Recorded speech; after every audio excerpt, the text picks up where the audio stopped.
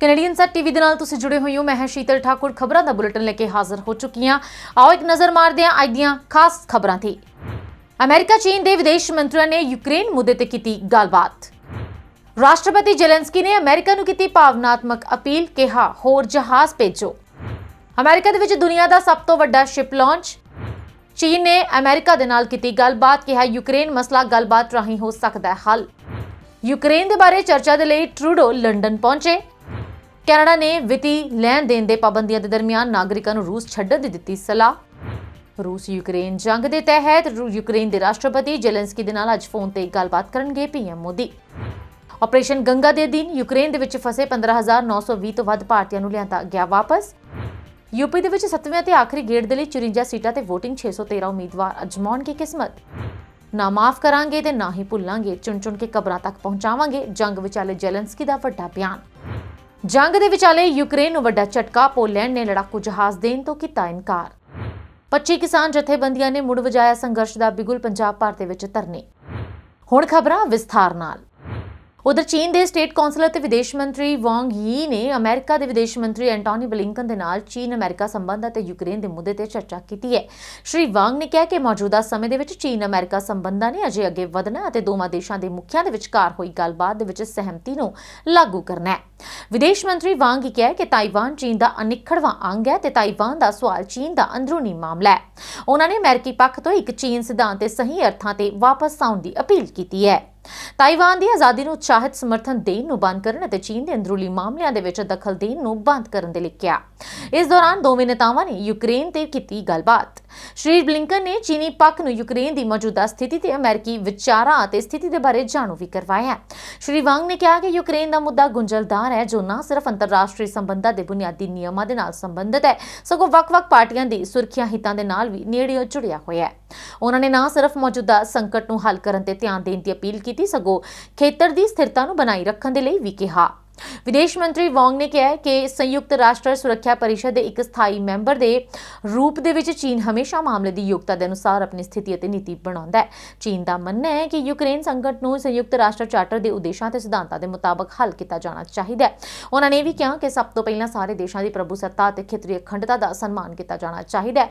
ਦੂਜਾ, ਉਸਨੇ ਗੱਲਬਾਤ ਰਾਹੀਂ ਵਿਵਾਦਾਂ ਦੇ ਸ਼ਾਂਤੀਪੂਰਨ ਨਿਪਟਾਰੇ ਦੀ ਵੀ ਮੰਗ ਕੀਤੀ ਹੈ। ਸ਼੍ਰੀ ਵਾਂਗ ਨੇ ਕਿਹਾ ਕਿ ਚੀਨੀ ਪੱਖ ਨੂੰ ਉਮੀਦ ਹੈ ਕਿ ਜੰਗ ਜਲਦੀ ਤੋਂ ਜਲਦੀ ਖਤਮ ਹੋ ਜਾਵੇਗੀ।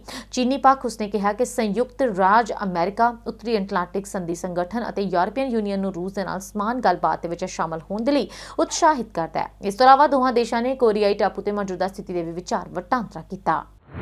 ਉਧਰ ਆਪਣੇ ਦੇਸ਼ ਦੀ ਹੋਂਦ ਦੇ ਬਚਾਅ ਦੇ ਲਈ ਲੜ ਰਹੇ ਯੂਕਰੇਨ ਦੇ ਰਾਸ਼ਟਰਪਤੀ ਵਲੋਦੀਮੀਰ ਜ਼ੈਲੈਂਸਕੀ ਨੇ ਅਮਰੀਕਾ ਨੂੰ ਹੋਰ ਲੜਾਕੂ ਜਹਾਜ਼ ਭੇਜਣ ਦੀ ਮੰਗ ਕੀਤੀ ਹੈ ਅਤੇ ਰੂਸ ਤੋਂ ਤੇਲ ਦੀ ਦਰਾਮਦ ਘਟਾਉਣ ਦੀ ਭਾਵੁਕ ਅਪੀਲ ਵੀ ਕੀਤੀ ਹੈ ਤਾਂ ਜੋ ਉਸਦਾ ਦੇਸ਼ ਰੂਸੀ ਫੌਜ ਕਾਰਵਾਈ ਦਾ ਮੁਕਾਬਲਾ ਕਰ ਸਕੇ।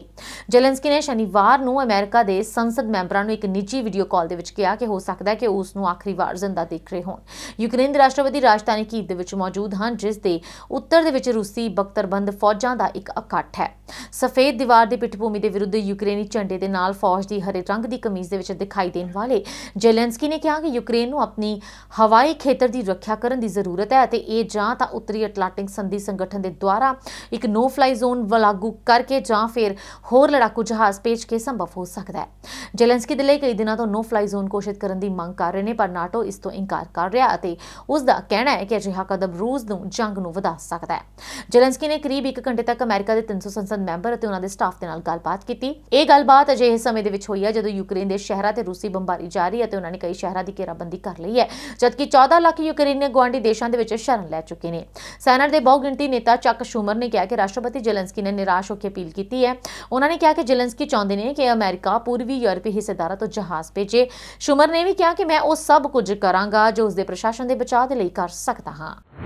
ਉਧਰ ਅਮਰੀਕਾ ਦੇ ਫਲੋਰੀਡਾ ਦੇ ਬੰਦਰਗਾਹ ਦੇ ਵਿੱਚ ਰਾਇਲ ਕੈਰੀਬੀਅਨ ਦਾ ਲਗਜ਼ਰੀ ਕਰੂਜ਼ ਸ਼ਿਪ ਯਾਤਰਾ ਦੇ ਲਈ ਸਮੁੰਦਰ ਦੇ ਵਿੱਚ ਉਤਰ ਚੁੱਕਿਆ ਹੈ। ਇਹ ਦੁਨੀਆ ਦਾ ਸਭ ਤੋਂ ਵੱਡਾ ਕਰੂਜ਼ ਹੈ। 2.40 ਲੱਖ ਟਨ ਦੇ ਵੰਡਰ ਆਫ ਸੀਜ਼ ਕਰੂਜ਼ ਦੇ ਵਿੱਚ 6,988 ਯਾਤਰੀ ਅਤੇ 2300 ਕਰੂ ਮੈਂਬਰ ਲਈ ਕਮਰੇ ਨੇ। 1118 ਫੁੱਟ ਲੰਬੇ ਅਤੇ 210 ਫੁੱਟ ਚੌੜੇ ਕਰੂਜ਼ ਦੀ ਉਚਾਈ 14 ਡਬਲ ਡੈਕਰ ਬੱਸ ਦੇ ਬਰਾਬਰ ਹੈ। ਇਹ ਪ੍ਰੈਸ ਰਿਲੀਜ਼ ਦੇ ਅਨੁਸਾਰ ਰਾਇਲ ਕੈਰੀਬੀਅਨ ਇੰਟਰਨੈਸ਼ਨਲ ਤੋਂ ਸਮੁੰਦਰ ਦਾ ਨਵਾਂ ਅਜੂਬਾ ਦੁਨੀਆ ਸਭ ਤੋਂ ਵੱਡਾ ਕਰੂਜ਼ ਜਹਾਜ਼ ਹੈ। ਪੋਰਟ ਐਵਰਗਲੇਡਸ ਤੱਕ ਪਹੁੰਚ ਕੇ ਇਹ ਆਪਣੀ ਸ਼ੁਰੂਆਤ ਕਰ ਰਿਹਾ ਅਤੇ ਜਿੱਥੇ ਇਹ 20 ਫਰਵਰੀ ਨੂੰ ਪਹੁੰਚਿਆ ਸੀ। ਇਹ ਜਹਾਜ਼ ਆਪਣੇ ਪਹਿਲੇ ਕੁਝ ਮਹੀਨੇ ਫਲੋਰੀਡਾ ਦੇ ਵਿੱਚ 5 ਤੋਂ 7 ਰਾਤ ਪੂਰਬੀ ਅਤੇ ਪੱਛਮੀ ਕੈਰੀਬੀਅਨ ਯਾਤਰਾਵਾਂ ਦੇ ਵੀ ਪੇਸ਼ਕਸ਼ ਕਰੇਗਾ, ਜਿਸ ਦੇ ਵਿੱਚ ਕੁੱਕੇ ਰਾਇਲ ਕੈਰੀਬੀਅਨ ਦਾ ਨਿੱਜੀ ਟਾਪੂ ਵੀ ਸ਼ਾਮਲ ਹੈ। ਮਈ ਦੇ ਵਿੱਚ ਸਮੁੰਦਰੀ ਜਹਾਜ਼ ਵਾਪਸ ਯੂਰਪ ਵਾਪਸ ਜਾਵੇਗਾ। 7 ਰਾਜਾਂ ਦੇ ਪੱਛਮੀ ਮੈਡੀਟੇਰੀਅਨ ਸਮੁੰਦਰੀ ਸਫ਼ਰਾਂ ਅਤੇ ਸਵਾਰ ਹੋ ਕੇ ਯਾਤਰੀ ਬਾਰਸੀਲੋਨਾ ਸਪੇਨ ਜਾਂ ਫਿਰ ਸਿਵਿਤਾ ਵੇਚੀਆ ਇਟਲੀ ਦੇ ਵਿੱਚ ਜਾ ਸਕਣਗੇ। ਨਵੰਬਰ ਦੇ ਵਿੱਚ ਜਹਾਜ਼ 6 ਅਤੇ 7 ਰਾਤ ਦੇ ਕੈਰੀਬੀਅਨ ਯਾਤਰਾ ਦੀ ਪੇਸ਼ਕਸ਼ ਕਰਨ ਦੇ ਲਈ ਪੋਰਟ ਕੈਨੇਵਰਲ ਦੇ ਵਿੱਚ ਅਮਰੀਕਾ ਵਾਪਸ ਆ ਜਾਵੇਗਾ। ਰਾਇਲ ਕੈਰੀਬੀਅਨ ਗਰੁੱਪ ਦੇ ਪ੍ਰਧਾਨ ਅਤੇ CEO ਜੈਸਨ ਲਿਬਰਟੀ ਨੇ ਕਿਹਾ ਕਿ ਸਮੁੰਦਰ ਦਾ ਅਜੂਬਾ ਇੱਕ ਦਲੇਰ ਅਤੇ ਵੱਡੇ ਤਰੀਕੇ ਦੇ ਨਾਲ ਕਰੂਜ਼ਿੰਗ ਨੂੰ ਉਤਸ਼ਾਹਿਤ ਕਰੇਗਾ। ਇਸ ਜਹਾਜ਼ ਨੂੰ ਸਾਡੇ ਪਹਿਲਾਂ ਤੋਂ ਹੀ ਬਿਹਤਰੀਨ ਸ਼੍ਰੇਣੀ ਦੇ ਫਲੀਟ ਵਿੱਚ ਸ਼ਾਮਲ ਕਰਨਾ ਕੰਪਨੀਆਂ ਨੂੰ ਨਵੀਆਂ ਵਿਸ਼ੇਸ਼ਤਾਵਾਂ ਤੇ ਨਵੀਨਤਾਵਾਂ ਦੇ ਨਾਲ ਉਦਯੋਗ ਦੀ ਅਗਵਾਈ ਕਰਨ ਦੇ ਵਿੱਚ ਅੱਗੇ ਵਧਾਉਂਦਾ ਹੈ। ਸਮੁੰਦਰ ਦੇ ਅਜੂਬੇ ਨੂੰ ਫਾਇਰਬੋਟਾਂ ਦੁਆਰਾ ਸੁਰੱਖਿਅਤ ਕੀਤਾ ਗਿਆ ਸੀ ਅਤੇ ਜਹਾਜ਼ ਦੇ ਹਾਰਨ ਦੀਆਂ ਸ਼ੁਭਕਾਮਨਾਵਾਂ ਦੇ ਨਾਲ ਸਵਾਗਤ ਵੀ ਕੀਤਾ ਗਿਆ ਸੀ। ਉਧਰ ਚੀਨ ਦੇ ਵਿਦੇਸ਼ ਮੰਤਰੀ ਵਾਂਗ ਯੀ ਨੇ ਕਿਹਾ ਹੈ ਕਿ ਉਹਨਾਂ ਦਾ ਦੇਸ਼ ਕਿਸੇ ਵੀ ਅਜਿਹੇ ਕਦਮ ਦਾ ਵਿਰੋਧ ਕਰਦਾ ਹੈ ਜੋ ਯੂਕਰੇਨ ਦੇ ਵਿੱਚ ਚੱਲ ਰਹੇ ਫੌਜੀ ਸੰਘਰਸ਼ ਨੂੰ ਹੋਰ ਵਧਾ ਸਕਦਾ ਹੈ। ਵਾਂਗ ਨੇ ਅਮਰੀਕਾ ਦੇ ਵਿਦੇਸ਼ ਮੰਤਰੀ ਐਂਟਨੀ ਬਲਿੰਕਨ ਦੇ ਨਾਲ ਸ਼ਨੀਵਾਰ ਨੂੰ ਫੋਨ ਤੇ ਹੋਈ ਗੱਲਬਾਤ ਦੇ ਵਿੱਚ ਕਿਹਾ ਕਿ ਯੂਕਰੇਨ ਮੁੱਦਾ ਗੁੰਝਲਦਾਰ ਹੈ, ਜੋ ਨਾ ਸਿਰਫ ਅੰਤਰਰਾਸ਼ਟਰੀ ਸੰਬੰਧਾਂ ਦੇ ਬੁਨਿਆਦੀ ਨਿਯਮਾਂ ਦੇ ਨਾਲ ਜੁੜਿਆ ਹੋਇਆ ਹੈ, ਸਗੋਂ ਵੱਖ-ਵੱਖ ਪੱਖਾਂ ਦੇ ਸੁਰੱਖਿਆ ਹਿੱਤਾਂ ਦੇ ਨਾਲ ਵੀ ਨੇੜਿਓਂ ਜੁੜਿਆ ਹੋਇਆ ਹੈ। ਉਹਨਾਂ ਨੇ ਅਮਰੀਕਾ ਨੂੰ ਮੌਜੂਦਾ ਸੰਕਟ ਦੇ ਹਾਲ ਤੇ ਧਿਆਨ ਕੇਂਦਰਿਤ ਕਰਨ ਦੇ ਨਾਲ-ਨਾਲ ਖੇਤਰ ਵਿੱਚ ਲੰਬੇ ਸਮੇਂ ਦੀ ਸਥਿਰਤਾ ਬਣਾਈ ਰੱਖਣ ਦੀ ਵੀ ਅਪੀਲ ਕੀਤੀ ਹੈ। ਸਮਾਚਾਰ ਏਜੰਸੀ ਨੇ ਕਿਹਾ ਹੈ ਕਿ ਚੀਨ ਨੂੰ ਉਮੀਦ ਹੈ ਕਿ ਯੂਕਰੇਨ ਦੇ ਵਿੱਚ ਚੱਲ ਰਿਹਾ ਯੁੱਧ ਜਲਦੀ ਹੀ ਰੁਕ ਜਾਵੇਗਾ, ਮੌਜੂਦਾ ਸਥਿਤੀ ਬਿਹਤਰ ਹੋ ਜਾਵੇਗੀ। ਨਾਗਰਿਕਾਂ ਤੇ ਉਹਨਾਂ ਦੀ ਜਾਇਦਾਦ ਦੀ ਸੁਰੱਖਿਆ ਦੀ ਗਰੰਟੀ ਦੇ ਨਾਲ ਉੱਥੇ ਪੈਦਾ ਹੋਏ ਮਨੁੱਖੀ ਸੰਕਟ ਨੂੰ ਖਤਮ ਕੀਤਾ ਜਾਵੇਗਾ। ਉਹਨਾਂ ਨੇ ਕਿਹਾ ਕਿ ਯੂਕਰੇਨ ਵਿਵਾਦ ਦਾ ਹੱਲ ਗੱਲਬਾਤ ਅਤੇ ਆਪਸੀ ਸਮਝੌਤੇ ਰਾਹੀਂ ਹੀ ਸੰਭਵ ਹੋਵੇਗਾ। ਉਹਨਾਂ ਨੇ ਕਿਹਾ ਕਿ ਚੀਨ ਤਣਾਅ ਨੂੰ ਘੱਟ ਕਰਨ ਦੀ ਸਥਿਤੀ ਤੇ ਸਿਆਸੀ ਹੱਲ ਦੀ ਹਰ ਕੋਸ਼ਿਸ਼ ਦਾ ਸਮਰਥਨ ਕਰਦਾ ਹੈ। ਵਿਦੇਸ਼ ਮੰਤਰੀ ਵਾਂਗ ਨੇ ਵੀ ਕਿਹਾ ਕਿ ਚੀਨ ਰੂਸ ਦੇ ਨਾਲ ਗੱਲਬਾਤ ਦੇ ਵਿੱਚ ਸ਼ਾਮਲ ਹੋਣ ਦੇ ਲਈ ਅਮਰੀਕਾ, ਨਾਟੋ ਤੇ ਯੂਰਪੀ ਸੰਘ ਨੂੰ ਵੀ ਉਤਸ਼ਾਹਿਤ ਕਰਦਾ ਹੈ। ਉਧਰ ਐਤਵਾਰ ਰਾਤ ਨੂੰ ਪ੍ਰਧਾਨ ਮੰਤਰੀ ਜਸਟਿਨ ਟਰੂਡੋ 4 ਦੇਸ਼ਾਂ ਦੇ ਯੂਰਪ ਟੂਰ ਦੇ ਲਈ ਲੰਡਨ ਪਹੁੰਚ ਗਏ ਨੇ। ਰੂਸ ਵੱਲੋਂ ਯੂਕਰੇਨ ਦੇ ਉੱਤੇ ਬੋਲੇ ਗਏ ਹਮਲੇ ਤੋਂ ਬਾਅਦ 1.5 ਮਿਲੀਅਨ ਯੂਕਰੇਨੀ ਲੋਕਾਂ ਦੇ ਵੱਲੋਂ ਰਿਫਿਊਜੀਆਂ ਦੇ ਵਜੋਂ ਯੂਰਪ ਦੇ ਵਿੱਚ ਵੱਖ-ਵੱਖ ਥਾਵਾਂ ਦੇ ਉੱਤੇ ਪਨਾਹ ਲਈ ਗਈ ਹੈ। ਆਪਣੇ ਇਸ ਦੌਰੇ ਦੇ ਦੌਰਾਨ ਟਰੂਡੋ ਰੂਸ ਦੇ ਇੱਕ ਧੱਕੇਸ਼ਾਹੀ ਦੇ ਬਾਰੇ ਆਪਣੇ ਕਈ ਸਹਿਯੋਗੀਆਂ ਦੇ ਨਾਲ ਮੁਲਾਕਾਤ ਵੀ ਕਰਨਗੇ। ਟਰੂਡੋ ਦੂਜੀ ਵਾਰ ਧਰਾਸ਼ਾਹੀ ਹੋਏ ਯੂਕਰੇਨ ਦੇ ਬੰਦਰਗਾਹ ਵਾਲੇ ਸ਼ਹਿਰ ਦੇ ਵਿੱਚ ਫਸੇ ਨਾਗਰਿਕਾਂ ਨੂੰ ਬਾਹਰ ਕੱਢਣ ਦੇ ਇਰਾਦੇ ਦੇ ਨਾਲ ਵੀ ਬ੍ਰਿਟੇਨ ਪਹੁੰਚੇ ਨੇ। ਯੂਕਰੇਨ ਦੇ ਮਿਲਟਰੀ ਅਧਿਕਾਰੀ ਨੇ ਵੀ ਦੱਸਿਆ ਕਿ ਸਵੇਰੇ 10 ਵਜੇ ਤੋਂ ਰਾਤ 9 ਵਜੇ ਤੱਕ ਐਲਾਨੀ ਗਈ ਜੰਗਬੰਦੀ ਦੇ ਦੌਰਾਨ ਸਥਾਨਕ ਵਾਸੀਆਂ ਦੇ ਵੱਲੋਂ ਮੈਰੀਉਪੋਲ ਛੱਡਣ ਦੀ ਸੰਭਾਵਨਾ ਸੀ, ਪਰ ਗ੍ਰਹਿ ਮੰਤਰਾਲੇ ਦੇ ਸਲਾਹਕਾਰ ਐਂਟਨ ਗੈਰਾਸੈਂਕੋ ਨੇ ਆਖਿਆ ਕਿ ਰੂਸੀ ਫੌਜਾਂ ਦੇ ਵੱਲੋਂ ਹਮਲੇ ਵਿੱਚ ਕੋਈ ਢਿੱਲ ਨਾ ਦਿੱਤੇ ਜਾਣ ਦੇ ਕਾਰਨ ਲੋਕਾਂ ਨੂੰ ਇਲਾਕਾ ਛੱਡਣ ਤੋਂ ਰੋਕ ਦਿੱਤਾ ਗਿਆ ਹੈ। 24 ਫਰਵਰੀ ਨੂੰ ਰੂਸ ਦੇ ਵੱਲੋਂ ਯੂਕਰੇਨ ਦੇ ਉੱਤੇ ਕੀਤੇ ਇਸ ਹਮਲੇ ਦੇ ਵਿੱਚ ਮਾਰੇ ਗਏ ਲੋਕਾਂ ਦੀ ਸਹੀ ਗਿਣਤੀ ਪਤਾ ਲਗਾਉਣਾ ਸੰਭਵ ਨਹੀਂ ਹੈ। ਸੰਯੁਕਤ ਰਾਸ਼ਟਰ ਦੇ ਹਿਊਮਨ ਰਾਈਟਸ ਆਫਿਸ ਦੇ ਅਨੁਸਾਰ ਹੁਣ ਤੱਕ 364 ਲੋਕਾਂ ਦੇ ਮਾਰੇ ਜਾਣ ਦੀ ਪੁਸ਼ਟੀ ਹੋ ਚੁੱਕੀ ਹੈ, ਪਰ ਮਰਨ ਵਾਲਿਆਂ ਦੀ ਗਿਣਤੀ ਇਸ ਤੋਂ ਕਿਤੇ ਜ਼ਿਆਦਾ ਹੋਣ ਦੀ ਸੰਭਾਵਨਾ ਹੈ। ਰੂਸੀ ਤੇ ਯੂਕਰੇਨੀ ਅਧਿਕਾਰੀਆਂ ਦੇ ਵੱਲੋਂ ਇਸ ਸੰਘਰਸ਼ ਦੇ ਦੌਰਾਨ ਮਰਨ ਵਾਲੇ ਫੌਜੀਆਂ ਦੀ ਗਿਣਤੀ ਸੰਬੰਧੀ ਜਾਣਕਾਰੀ ਮੁਹੱਈਆ ਨਹੀਂ ਕਰਵਾਈ ਗਈ। ਸੋਮਵਾਰ ਨੂੰ ਟਰੂਡੋ ਲੰਡਨ ਦੇ ਵਿੱਚ ਬ੍ਰਿਟੇਨ ਦੇ ਪ੍ਰਧਾਨ ਮੰਤਰੀ ਬੋਰਿਸ ਜੌਨਸਨ ਦੇ ਨਾਲ ਮੁਲਾਕਾਤ ਕਰਨਗੇ, ਜਿੱਥੇ ਉਹਨਾਂ ਦੇ ਹਮਰੁਤਬਾ ਜਰਮਨੀ ਦੇ ਅਧਿਕਾਰੀ ਮਾਰਕ ਰਟ ਵੀ ਇਸ ਗੱਲਬਾਤ ਦੇ ਵਿੱਚ ਸ਼ਾਮਲ ਹੋਣਗੇ। ਆਉਣ ਵਾਲੇ ਦਿਨਾਂ ਦੇ ਵਿੱਚ ਟਰੂਡੋ ਦੇ ਵੱਲੋਂ ਰੀਗਾ, ਲੈਟਵੀਆ, ਬਰਲਿਨ ਤੇ ਵਾਰਸਾਏ, ਪੋਲੈਂਡ ਦੇ ਆਗੂਆਂ ਦੇ ਨਾਲ ਵੀ ਮੁਲਾਕਾਤ ਕੀਤੀ ਜਾਵੇਗੀ। ਇਸ ਤੋਂ ਇਲਾਵਾ ਟਰੂਡੋ ਦੇ ਵੱਲੋਂ ਨਾਟੋ ਦੇ ਸਕੱਤਰ ਜਨਰਲ ਜੈਸ ਸਟੋਲਨਬਰਗ ਦੇ ਨਾਲ ਵੀ ਮੁਲਾਕਾਤ ਕੀਤੀ ਜਾਵੇਗੀ ਤੇ ਲੈਟਵੀਆ ਦੇ ਫੌਜੀਆਂ ਦੇ ਟਿਕਾਣੇ ਦਾ ਦੌਰਾ ਵੀ ਕਰਨਗੇ, ਜਿੱਥੇ ਸੈਂਕੜੇ ਕੈਨੇਡੀਅਨ ਸੈਨਿਕ ਨਾਟੋ ਦੇ ਮਿਸ਼ਨ ਤਹਿਤ ਤਾਇਨਾਤ ਹਨ। ਜ਼ਿਕਰਯੋਗ ਹੈ ਕਿ ਕੈਨੇਡਾ ਦੇ ਵਿਦੇਸ਼ ਮੰਤਰੀ ਮਿਲੇਨੀ ਜੋਲੀ ਪਿਛਲੇ ਕੁਝ ਦਿਨਾਂ ਤੋਂ ਰੂਸ ਦੇ ਉੱਤੇ ਪਾਬੰਦੀਆਂ ਹੋਰ ਸਖਤ ਕਰਨ ਦੇ ਲਈ ਨਾਟੋ ਦੇ ਯੂਰਪੀਅਨ ਕਮਿਸ਼ਨਰ ਦੇ ਅਧਿਕਾਰੀਆਂ ਦੇ ਨਾਲ ਗੱਲਬਾਤ ਦੇ ਵਾਸਤੇ ਯੂਰਪ ਦੇ ਵਿੱਚ ਨੇ। ਇੰਟਰਨੈਸ਼ਨਲ ਡਿਵੈਲਪਮੈਂਟ ਮੰਤਰੀ ਹਰਜੀਤ ਸੱਜਣ ਵੀ ਜਨੇਵਾ ਜਾਣਗੇ ਅਤੇ ਫਿਰ ਸੰਯੁਕਤ ਰਾਸ਼ਟਰ ਤੇ ਯੂਕਰੇਨ ਦੇ ਬਾਰੇ ਹੋਰਨਾਂ ਅਧਿਕਾਰੀਆਂ ਦੇ ਨਾਲ ਮੁਲਾਕਾਤ ਦੇ ਲਈ ਪੂਰਬੀ ਯੂਰਪ ਦੇ ਵਿੱਚ ਟਰੂਡੋ ਨੂੰ ਜੁਆਇਨ ਕਰਨਗੇ। ਉਧਰ ਯੂਕਰੇਨ ਦੇ ਵਿੱਚ ਰੂਸੀ ਫੌਜੀ ਕਾਰਵਾਈਆਂ ਦੇ ਪ੍ਰਭਾਵਾਂ ਦੇ ਵਿਚਕਾਰ ਕੈਨੇਡਾ ਦੀ ਸਰਕਾਰ ਨੇ ਆਪਣੇ ਨਾਗਰਿਕਾਂ ਨੂੰ ਰੂਸ ਦਾ ਦੌਰਾ ਕਰਨ ਤੋਂ ਗੁਰੇਜ਼ ਕਰਨ ਅਤੇ ਜਿੰਨੀ ਜਲਦੀ ਹੋ ਸਕੇ ਰੂਸ ਛੱਡਣ ਦੀ ਸਲਾਹ ਦਿੱਤੀ ਹੈ। ਕੈਨੇਡੀਅਨ ਸਰਕਾਰ ਦੇ ਯਾਤਰਾ ਸਲਾਹਕਾਰ ਨੇ ਸ਼ਨੀਵਾਰ ਨੂੰ ਇੱਕ ਬਿਆਨ ਦੇ ਵਿੱਚ ਇਹ ਵੀ ਕਿਹਾ ਕਿ ਯੂਕਰੇਨ ਦੇ ਨਾਲ ਹਥਿਆਰਬੰਦ ਸੰਘਰਸ਼ ਦੇ ਪ੍ਰਭਾਵਾਂ ਦੇ ਕਾਰਨ ਰੂਸ ਦੀ ਯਾਤਰਾ ਤੋਂ ਪਰਹੇਜ਼ ਕਰੋ, ਜਿਸ ਦੇ ਵਿੱਚ ਸੀਮਤ ਉਡਾਨ ਵਿਕਲਪ ਅਤੇ ਵਿੱਤੀ ਲੈਣ ਦੇਣ ਤੇ ਪਾਬੰਦੀਆਂ ਸ਼ਾਮਲ ਨੇ। ਜੇਕਰ ਤੁਸੀਂ ਰੂਸ ਦੇ ਵਿੱਚ ਹੋ ਤਾਂ ਤੁਹਾਨੂੰ ਵਪਾਰਕ ਸਾਧਨ ਉਪਲਬਧ ਹੋਣ ਦੌਰਾਨ ਦੇਸ਼ ਛੱਡ ਦੇਣਾ ਚਾਹੀਦਾ ਹੈ। ਪਿਛਲੇ ਹਫ਼ਤੇ ਰੂਸ ਨੇ ਯੂਕਰੇਨ ਦੇ ਵਿੱਚ ਇੱਕ ਵਿਸ਼ੇਸ਼ ਫੌਜੀ ਕਾਰਵਾਈ ਸ਼ੁਰੂ ਕੀਤੀ, ਜਦੋਂ ਡੋਨੇਸਟਿਕ ਤੇ ਲੁਹਾਨਸਕ ਪੀਪਲਜ਼ ਰਿਪਬਲਿਕਨ ਦੇ ਕੀਵ ਬਲਾਂ ਦੇ ਵਿਰੁੱਧ ਆਪਣਾ ਬਚਾਅ ਕਰਨ ਦੇ ਵਿੱਚ ਮਦਦ ਦੀ ਅਪੀਲ ਕੀਤੀ ਹੈ। ਜਦੋਂ ਡੋਨੇਸਟਿਕ ਅਤੇ ਲੁਹਾਨਸਕ ਪੀਪਲਜ਼ ਰਿਪਬਲਿਕਨ ਨੇ ਕੀਵ ਬਲਾਂ ਦੇ ਵਿਰੁੱਧ ਆਪਣਾ ਬਚਾਅ ਕਰਨ ਦੇ ਵਿੱਚ ਮਦਦ ਦੀ ਅਪੀਲ ਕੀਤੀ। ਰੂਸ ਨੇ ਕਿਹਾ ਕਿ ਉਸਦੇ ਵਿਸ਼ੇਸ਼ ਆਪਰੇਸ਼ਨ ਦਾ ਉਦੇਸ਼ ਯੂਕਰੇਨ ਨੂੰ ਗੈਰ ਫੌਜੀਕਰਨ ਅਤੇ डिनाजीफाई मतलब यानी कि अस्वीकार करना है। सिर्फ फौजी बुनियादी ढांचे को निशाना बनाया जा रहा है। मास्को ने बार-बार जोर दिता है कि उसकी यूक्रेन ते कब्जा करने की कोई योजना नहीं है। रूस की कार्रवाई के जवाब दे विच पश्चिमी देशों ने मास्को विरुद्ध एक व्यापक पाबंदियों की मुहिम चलाई है, जिस दे विच हवाई खेतर नूं बंद करना ते रूसी अधिकारियों ते वित्तीय संस्थावां नूं निशाना बनाउण दे उत्ते पाबंदियां वाले उपाय शामिल ने। शनिवार नूं वीज़ा ते मास्टर कार्ड दोवां ने घोषणा की है कि रूस दे विच कामकाज नूं मुअत्तल कर रहे हैं ते रूसी बैंकां दे द्वारा जारी किए गए उन्हां दे कार्ड हुण देश तो बाहर काम नहीं करनगे। उधर भारत के प्रधानमंत्री नरेंद्र मोदी ने यूक्रेन के राष्ट्रपति वोलोदिमीर ज़ेलेंस्की ने सोमवार यानी कि अज फोन पर गलबात की। अधिकारित सूत्रों ने इसकी जानकारी दी है। मोदी ने इहो जे समय दे विच ज़ेलेंस्की दे नाल गल कीती है जदों रूस के हमले का सामना कर रहे यूक्रेन के विद्यार्थियों के समेत अपने नागरिकों को कड्ढण दे लई भारत हर संभव कोशिश कर रहा है। रूस के यूक्रेन ते हमला करन तो बाद यह दूजा मौका है जदों प्रधानमंत्री मोदी ने यूक्रेन के राष्ट्रपति ज़ेलेंस्की दे नाल गल कीती। यूक्रेन ते हमला शुरू होने तो बाद मोदी ने रूस के राष्ट्रपति व्लादिमीर पुतिन दे नाल भी गल कीती सी। तो दस दी कि रूसी फौज दे वल्लों 24 फरवरी नूं यूक्रेन ते हमला किया गया। रूसी फौज यूक्रेन के कई शहरों को तबाह कर चुकी है। यूक्रेन के राष्ट्रपति ने पहला भी भारत ਨੂੰ अपील की सी कि प्रधानमंत्री मोदी दे नाल गल करे ਅਤੇ इस जंग ਨੂੰ रोकਣ ਦੇ ਲਈ रूस के राष्ट्रपति दे नाल ਉਹ गल करन। उधर भारत यूक्रेन ਦੇ ਵਿੱਚ फसे अपने नागरिकों ਨੂੰ ਕੱਢਣ ਦੇ ਵਿੱਚ ਲੱਗਿਆ ਹੋਇਆ ਹੈ। ਇਸ ਲਈ ऑपरेशन गंगा भी चलाया जा रहा है जो कि अपने आखिरी पड़ाव ਦੇ ਵਿੱਚ है। उधर यूक्रेन विरुद्ध रूस की फौज कार्रवाई तो बाद शुरू की गई निकासी मुहिम भारत के वल्लों ऑपरेशन गंगा के अधीन भारती 76 उड़ाणों ने अपने 15,920 तो वध नागरिकों को वापस लैके आ चुकी है। ये जानकारी अधिकारियों ने दी है। हंगरी दे विच भारतीय दूतकार ने इसका संकेत दिता है कि उक्त देश तो निकासी मुहिम पूरी होने वाली है क्योंकि इस मुहिम के अधीन आखिरी पड़ावां की उड़ाणों की शुरुआत भी की जा रही है। भारत अपने नागरिकों को रोमानिया, पोलैंड, हंगरी, स्लोवाकिया और मालदोवा के रस्ते वापस लिया रहा है। भारतीय नागरिक यूक्रेन के जमीनी सरहद बिंदुओं को पार करके इन देशों के पहुंचे हैं। पहली उड़ान 26 फरवरी को फसे भारतीयों को बुखारेस्ट तो लैके आई। रूस के वल्लों फौज मुहिम शुरू किए जाने तो बाद यूक्रेन ने नागरिक जहाज़ों के लिए अपना हवाई खेतर भी बंद कर दिता सी। अधिकारियों के अनुसार पिछले 24 घंटे के 13 उड़ानों के करीब 2500 भारतीयों को कढ़िया गया। उन्होंने भी कहा कि हंगरी, रोमानिया और पोलैंड तो फसे भारतीयों को वापस लियाउण दे लई अगले 24 घंटे के करीब 2500 भारतीयों को कढ़िया गया। उन्होंने कहा कि हंगरी, रोमानिया और पोलैंड तो फसे भारतीयों को वापस लियाउण दे लई अगले 24 घंटे के 7 उड़ानां तय ने। बुडापेस्ट तो 5 उड़ानां होणगीਆਂ। रोमानिया के सुचेवा तो एक उड़ान संचालित की जाएगी। एक अधिकारी ने भी कहा कि ऑपरेशन गंगा के दिन हुण तक 76 उड़ानां दे विच 15,920 तो वध भारतीयों को वापस लिया चुके हैं। उधर भारतीय प्रधानमंत्री नरेंद्र मोदी के संसदीय चोण खेतर वाराणसी समेत उत्तर प्रदेश के 9 जिलों दी 54 विधानसभा सीटां ते अज यानी कि सोमवार को वोटिंग शुरू हो गई है। प्रदेश के मुख्य चोण अधिकारी अजय कुमार शुक्ला ने दस्सिया कि 7वें गेड़ दे विच वाराणसी, चंदौली, भदोही, मिर्जापुर, रॉबस्टंग, गाजीपुर, मऊ, आजमगढ़ और जौनपुर जिलों के 54 विधानसभा खेतरां दे विच वोटिंग सवेरे 7 बजे तो शाम 6 बजे तक होगी। वोटिंग नूं आज़ाद, निरपक्ष और डर मुक्त माहौल दे विच संपन्न कराउण दे लई सारियां तैयारियां कीतीआं जा रहीआं ने। उन्होंने दस्सिया कि इस गेड़ दे विच 613 उम्मीदवार मैदान दे विच ने। 7वें गेड़ ਦੀਆਂ 54 सीटां दे विचों 11 अनुसूचित जाति और 2 अनुसूचित जनजाति ਦੀਆਂ राखवियां ने।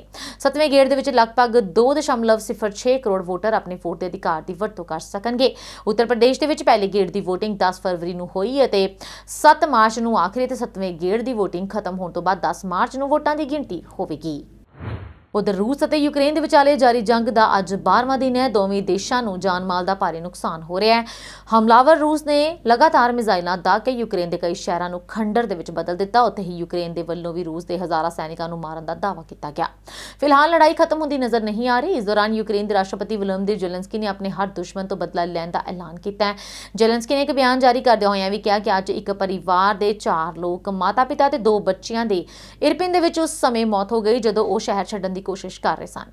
रूसी हमलिਆਂ ने राष्ट्रपति ज़ेलेंस्की ਦੇ ਭੜਕਦੇ ਹੋਏ ਕਿਹਾ ਕਿ ਅਸੀਂ ਮਾਫ ਨਹੀਂ ਕਰਾਂਗੇ, ਅਸੀਂ ਭੁੱਲਾਂਗੇ ਨਹੀਂ। ਉਹਨਾਂ ਨੇ ਅੱਗੇ ਵੀ ਕਿਹਾ ਕਿ ਅਸੀਂ ਇਸ ਯੁੱਧ ਦੇ ਵਿੱਚ ਜ਼ੁਲਮ ਕਰਨ ਵਾਲੇ ਸਾਰੇ ਲੋਕਾਂ ਨੂੰ ਸਜ਼ਾ ਦੇਵਾਂਗੇ।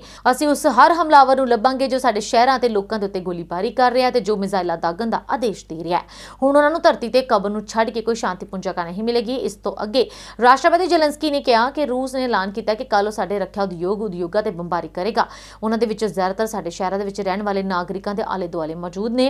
ਇਹ ਇੱਕ ਕਤਲ ਹੈ। ਮੈਂ ਅੱਜ ਤੱਕ ਕਿਸੇ ਵੱਡੇ ਪੱਛਮੀ ਰਾਜਨੇਤਾ ਨੂੰ ਇਸ ਦੇ ਪ੍ਰਤੀਕਿਰਿਆ ਕਰਦਿਆਂ ਹੋਇਆਂ ਨਾ ਦੇਖਿਆ। ਤੁਹਾਨੂੰ ਦੱਸ ਦਈਏ ਕਿ ਰਾਸ਼ਟਰਪਤੀ ਜ਼ੈਲੈਂਸਕੀ ਨੇ ਆਪਣੇ ਖਾਰਕੀਵ, ਚੇਰਨੀਹੀਵ, ਮਾਰੀਓਪੋਲ, ਖੇਰਸਨ, ਹੋਸਟੋਮੇਲ ਅਤੇ ਵੈਲਨੋਵਾਖਾ ਨੂੰ ਹੀਰੋ ਸਿਟੀ ਦਾ ਖਿਤਾਬ ਦਿੱਤਾ ਹੈ। ਇਹ ਸੋਵੀਅਤ ਪਰੰਪਰਾ ਦਾ ਹਿੱਸਾ ਹੈ। ਦੂਜੇ ਵਿਸ਼ਵ ਯੁੱਧ ਤੋਂ ਬਾਅਦ ਸੋਵੀਅਤ ਸੰਘ ਦੇ 12 ਸ਼ਹਿਰਾਂ ਨੂੰ ਇਹੀ ਖਿਤਾਬ ਦਿੱਤਾ ਗਿਆ ਸੀ। ਉਧਰ ਯੂਕਰੇਨ ਤੇ ਰੂਸ ਦੇ ਵਿਚਾਲੇ ਅੱਜ 12ਵਾਂ ਦਿਨ ਹੈ। ਰੂਸੀ ਫੌਜ ਦੇ ਵੱਲੋਂ ਯੂਕਰੇਨ ਤੇ ਹਮਲਾ ਹੋਰ ਵੀ ਤੇਜ਼ ਕਰ ਦਿੱਤਾ ਗਿਆ ਹੈ, ਜਿਸ ਕਾਰਨ ਹਰ ਪਾਸੇ ਤਬਾਹੀ ਦਾ ਮੰਜ਼ਰ ਦੇਖਣ ਨੂੰ ਮਿਲ ਰਿਹਾ ਹੈ। ਪਰ ਯੂਕਰੇਨ ਦੀ ਫੌਜ ਦੇ ਵੱਲੋਂ ਰੂਸ ਦਾ ਡਟ ਕੇ ਮੁਕਾਬਲਾ ਕੀਤਾ ਜਾ ਰਿਹਾ ਹੈ। ਯੂਕਰੇਨ ਨੂੰ ਅਮਰੀਕਾ, ਬ੍ਰਿਟੇਨ ਤੇ ਹੋਰ ਦੇਸ਼ਾਂ ਤੋਂ ਹਥਿਆਰਾਂ ਦੀ ਸਪਲਾਈ ਹੋ ਰਹੀ ਹੈ। ਇਸ ਵਿਚਾਲੇ ਖਬਰ ਸਾਹਮਣੇ ਆ ਚੁੱਕੀ ਹੈ ਕਿ ਪੋਲੈਂਡ ਨੇ ਆਪਣੇ ਜਹਾਜ਼ ਚਾਲਕਾਂ ਨੂੰ ਯੂਕਰੇਨ ਭੇਜਣ ਤੇ ਆਪਣੇ ਹਵਾਈ ਖੇਤਰ ਦੀ ਵਰਤੋਂ ਦੀ ਇਜਾਜ਼ਤ ਦੇਣ ਤੋਂ ਇਨਕਾਰ ਕਰ ਦਿੱਤਾ ਹੈ। ਤੁਹਾਨੂੰ ਦੱਸ ਦਈਏ ਕਿ ਰੂਸ ਨੇ ਬੀਤੇ ਦਿਨੀ ਧਮਕੀਆਂ ਦਿੰਦਿਆਂ ਹੋਇਆਂ ਕਿਹਾ ਸੀਗਾ ਕਿ ਜੇਕਰ ਨਾਟੋ ਦੇ ਨਾਲ ਜੁੜੇ ਦੇਸ਼ਾਂ ਦੇ ਵੱਲੋਂ ਯੂਕਰੇਨ ਨੂੰ ਫੌਜੀ ਮਦਦ ਕੀਤੀ ਗਈ ਤਾਂ ਉਹ ਜਵਾਬੀ ਕਾਰਵਾਈ ਕਰੇਗਾ। ਇਸ ਤੋਂ ਪਹਿਲਾਂ ਖਬਰ ਆਈ ਸੀ ਕਿ ਪੋਲੈਂਡ ਤੇ ਅਮਰੀਕਾ ਵਿਚਾਲੇ ਯੂਕਰੇਨ ਨੂੰ ਮਦਦ ਪਹੁੰਚਾਉਣ ਦੇ ਲਈ ਇੱਕ ਡੀਲ ਹੋ ਸਕਦੀ ਹੈ। ਇਸ ਸੰਬੰਧੀ ਅਮਰੀਕੀ ਵਿਦੇਸ਼ ਮੰਤਰੀ ਨੇ ਕਿਹਾ ਸੀ ਕਿ ਨਾਟੋ ਦੇ ਮੈਂਬਰ ਦੇਸ਼ ਯੂਕਰੇਨ ਨੂੰ ਲੜਾਕੂ ਜਹਾਜ਼ ਭੇਜ ਸਕਦੇ ਨੇ, ਜਿਸ ਦੇ ਤਹਿਤ ਪੋਲੈਂਡ ਆਪਣੇ ਪੁਰਾਣੇ MiG-29 ਫਾਈਟਰ ਜੈਟ ਤੇ ਸੁਖੋਈ 25 ਅਟੈਕ 에ਅਰਕ੍ਰਾਫਟ ਦੇ ਸਕਦਾ ਹੈ। ਜ਼ਿਕਰਯੋਗ ਹੈ ਕਿ ਦੱਖਣੀ ਯੂਕਰੇਨ ਦੇ ਮਾਰੀਓਪੋਲ ਤੋਂ ਨਾਗਰਿਕਾਂ ਨੂੰ ਕੱਢਣ ਦੀਆਂ ਕੋਸ਼ਿਸ਼ਾਂ ਅਸਫਲ ਹੋ ਗਈਆਂ ਨੇ, ਕਿਉਂਕਿ ਮਾਸਕੋ ਅਤੇ ਕੀਵ ਨੇ ਇੱਕ ਦੂਜੇ ਤੇ ਜੰਗਬੰਦੀ ਦੀ ਉਲੰਘਣਾ ਕਰਨ ਦਾ ਦੋਸ਼ ਲਗਾਇਆ। ਜੰਗ ਹੁਣ 12ਵੇਂ ਦਿਨ ਤੇ ਪਹੁੰਚ ਗਈ ਹੈ। ਹੁਣ ਤੱਕ ਕਰੀਬ 15 ਲੱਖ ਲੋਕ ਯੂਕਰੇਨ ਛੱਡਣ ਦੇ ਲਈ ਮਜਬੂਰ ਹੋ ਚੁੱਕੇ ਨੇ। ਇਸ ਦੌਰਾਨ ਰੂਸੀ ਫੌਜ ਨੇ ਯੂਕਰੇਨ ਤੇ ਗੁਆਂਢੀ ਦੇਸ਼ਾਂ ਨੂੰ ਚੇਤਾਵਨੀ ਦਿੰਦਿਆਂ ਹੋਇਆਂ ਕਿਹਾ ਹੈ ਕਿ ਯੂਕਰੇਨ ਨੂੰ ਫਲਾਈ ਜ਼ੋਨ ਐਲਾਨਣ ਵਾਲੇ ਦੇਸ਼ ਨੂੰ ਜੰਗ ਦੇ ਵਿੱਚ ਸ਼ਾਮਲ ਮੰਨਿਆ ਜਾਵੇਗਾ। ਉਧਰ ਕੇਂਦਰ ਸਰਕਾਰ BBMB ਤੇ ਸਿਟਕੋ ਨੂੰ ਕਾਰਪੋਰੇਟ ਘਰਾਣਿਆਂ ਦੇ ਕੋਲ ਵੇਚਣ ਦਾ ਮਨ ਬਣਾਈ ਬੈਠੀ ਹੈ, ਜਿਸ ਕਰਕੇ ਕੇਂਦਰ ਦੇ ਅਜਿਹੇ ਮਾੜੇ ਮਨਸੂਬਿਆਂ ਦੇ ਖਿਲਾਫ ਸੰਘਰਸ਼ ਤੋਂ ਬਿਨਾਂ ਹੋਰ ਕੋਈ ਚਾਰਾ ਨਹੀਂ ਰਹਿ ਗਿਆ। ਕੇਂਦਰ ਸਰਕਾਰ ਦੇ ਵੱਲੋਂ ਭਾਖੜਾ ਬਿਆਸ ਮੈਨੇਜਮੈਂਟ ਬੋਰਡ ਦੇ ਵਿੱਚ ਪੰਜਾਬ ਤੇ ਹਰਿਆਣਾ ਦੀ ਨੁਮਾਇੰਦਗੀ ਖਤਮ ਕਰਨ ਸੰਬੰਧੀ ਲਏ ਗਏ ਫੈਸਲੇ ਦੇ ਵਿਰੁੱਧ 25 ਕਿਸਾਨ ਜਥੇਬੰਦੀਆਂ ਦੇ ਵੱਲੋਂ ਅੱਜ ਪੰਜਾਬ ਭਰ ਦੇ ਵਿੱਚ ਜ਼ਿਲ੍ਹਾ ਹੈੱਡਕੁਆਟਰਾਂ ਤੇ ਧਰਨੇ ਦਿੱਤੇ ਜਾ ਰਹੇ ਨੇ। ਭਾਰਤੀ ਕਿਸਾਨ ਯੂਨੀਅਨ ਡਕੌਦਾ ਦੇ ਸੂਬਾਈ ਜਨਰਲ ਸਕੱਤਰ ਜਗਮੋਹਨ ਸਿੰਘ ਪਟਿਆਲਾ ਨੇ ਕਿਹਾ ਕਿ BBMB ਸੰਬੰਧੀ ਪੰਜਾਬ ਵਿਰੋਧੀ ਫੈਸਲਾ ਲੈਣ ਮਗਰੋਂ ਕੇਂਦਰ ਸਰਕਾਰ ਨੇ ਹੁਣ Chandigarh industrial and tourism development corporation ਤੇ ਕਬਜ਼ਾ ਕਰਨ ਦੀ ਵੀ ਕੋਸ਼ਿਸ਼ ਤਹਿਤ ਕੇਂਦਰੀ ਕੈਡਰ ਦਾ ਮੈਨੇਜਿੰਗ ਡਾਇਰੈਕਟਰ ਤਾਇਨਾਤ ਕੀਤਾ ਹੈ। ਕੇਂਦਰ ਸਰਕਾਰ ਹਰ ਮਸਲੇ ਤੇ ਦਖਲਅੰਦਾਜ਼ੀ ਹੀ ਨਹੀਂ ਕਰ ਰਹੀ, ਬਲਕਿ ਪੰਜਾਬ ਦੇ ਸਰੋਤ ਵੀ ਹੜਪ ਰਹੀ ਹੈ। ਉਹਨਾਂ ਨੇ ਕਿਹਾ ਕਿ ਗੱਲ ਕੇਂਦਰ ਸਰਕਾਰ BBMB ਤੇ ਸਿਟਕੋ ਨੂੰ ਕਾਰਪੋਰੇਟ ਘਰਾਣਿਆਂ ਕੋਲ ਵੇਚਣ ਦਾ ਮਨ ਬਟਾਈ ਬੈਠੀ ਹੈ, ਜਿਸ ਕਰਕੇ ਕੇਂਦਰ ਦੇ ਅਜਿਹੇ ਮਾੜੇ ਮਨਸੂਬੇ ਦੇ ਖਿਲਾਫ ਸੰਘਰਸ਼ ਤੋਂ ਬਿਨਾਂ ਹੋਰ ਕੋਈ ਵੀ ਚਾਰਾ ਨਹੀਂ ਰਹਿ ਗਿਆ। ਇਸ ਦੌਰਾਨ ਬਲਵੀਰ ਸਿੰਘ ਰਾਜੇਵਾਲ ਸਮੇਤ 25 ਕਿਸਾਨ ਜਥੇਬੰਦੀਆਂ ਦੇ ਵਿੱਚੋਂ ਕਈ ਹੋਰ ਆਗੂਆਂ ਨੇ ਵੀ ਕਿਸਾਨਾਂ ਨੂੰ ਇਹਨਾਂ ਧਰਨਿਆਂ ਦੇ ਵਿੱਚ ਸ਼ਮੂਲੀਅਤ ਕਰਨ ਦਾ ਸੱਦਾ ਦਿੱਤਾ ਹੈ। ਤੁਹਾਨੂੰ ਦੱਸ ਦਈਏ ਕਿ ਸੰਯੁਕਤ ਕਿਸਾਨ ਮੋਰਚੇ ਦੇ ਵਿੱਚ ਸ਼ਾਮਲ ਹੋਈਆਂ 32 ਚੋਂ 22 ਕਿਸਾਨ ਜਥੇਬੰਦੀਆਂ ਹਾਲ ਹੀ ਦੇ ਵਿੱਚ ਹੋਈਆਂ ਵਿਧਾਨ ਸਭਾ ਚੋਣਾਂ ਦੇ ਵਿੱਚ ਕੁੱਦ ਪਈਆਂ ਨੇ। ਚੋਣਾਂ ਤੋਂ ਬਾਅਦ ਇਸ ਪਲੇਠੇ ਪ੍ਰੋਗਰਾਮ ਦੇ ਵਿੱਚ ਇਹਨਾਂ 22 ਜਥੇਬੰਦੀਆਂ ਦੇ ਨਾਲ 3 ਹੋਰ ਜਥੇਬੰਦੀਆਂ ਵੀ ਆ ਰਲੀਆਂ ਨੇ। ਇਸ ਦੇ ਨਾਲ ਹੀ ਖਬਰਾਂ ਦੇ ਇਸ ਬੁਲੇਟਿਨ ਦੇ ਵਿੱਚ ਅੱਜ ਫਿਲਹਾਲ ਇੰਨਾ ਹੀ। ਆਪਣੀ ਦੋਸਤ ਸ਼ੀਤਲ ਨੂੰ ਦਿਓ ਇਜਾਜ਼ਤ ਤੇ ਤੁਸੀਂ ਜੁੜੇ ਰਹੋ ਕੈਨੇਡੀਅਨ ਸਾਥ ਦੇ ਨਾਲ।